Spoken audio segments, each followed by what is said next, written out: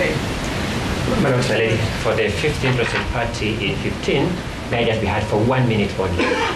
My Lord Ojienda asked an important question. How do we move forward? Now the paradox, as I got it, because I don't want to make speeches, is that my colleagues accused this side of making speeches, and in the process they made speeches.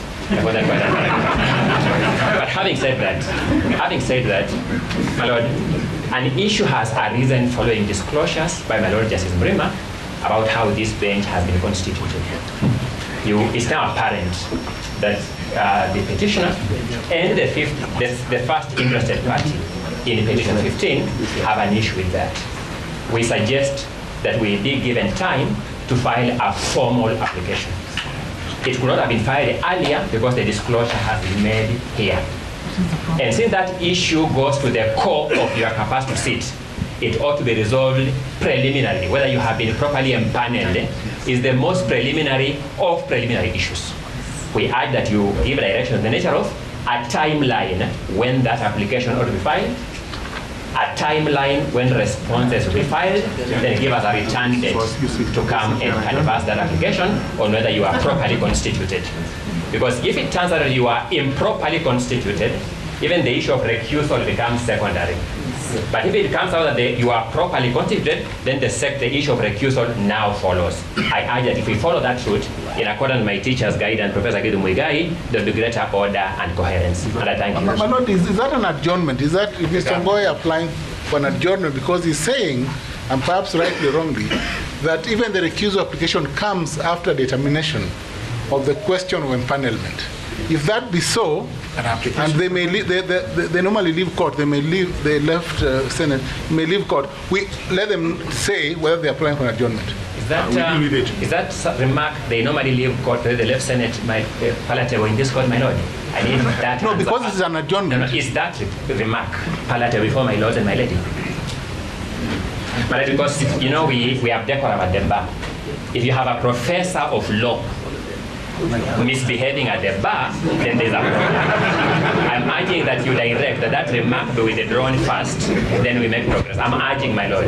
The remark was made in your presence. I'm urging it be withdrawn first, then I can respond.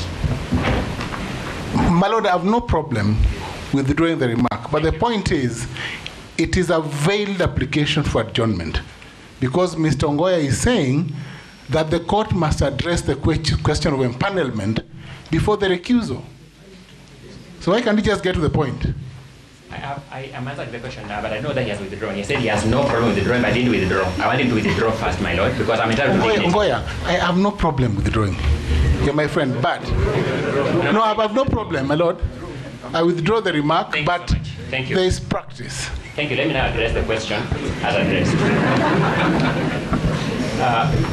My Lord, Professor Ojienda was my teacher and my mentor of many years. I have no disrespect for him. I just want my own dignity asserted, because I can't protect my client's dignity if my own is in question. But having said that, my Lord Judge Mrima, you are a witness that the issue of how this bench was empaneled has been disclosed here when we are here. We have raised concerns through learned colleagues, Kibe Mungai, and learned colleague, Mr. Ndegwa, that we now want to take that as an issue. My colleagues have rightfully submitted that matter requires a substantive application. Rightly, we agree with them fully. But you'll agree with me that if you are improperly constituted, then you cannot make one more step. It's therefore in that regard that my Lord Judge Mrima asked, how do we move forward? I also had my learned mentor, Professor Gidu Muigai, again ask, how do we move in an orderly manner? I'm suggesting let that substantive application be placed before you.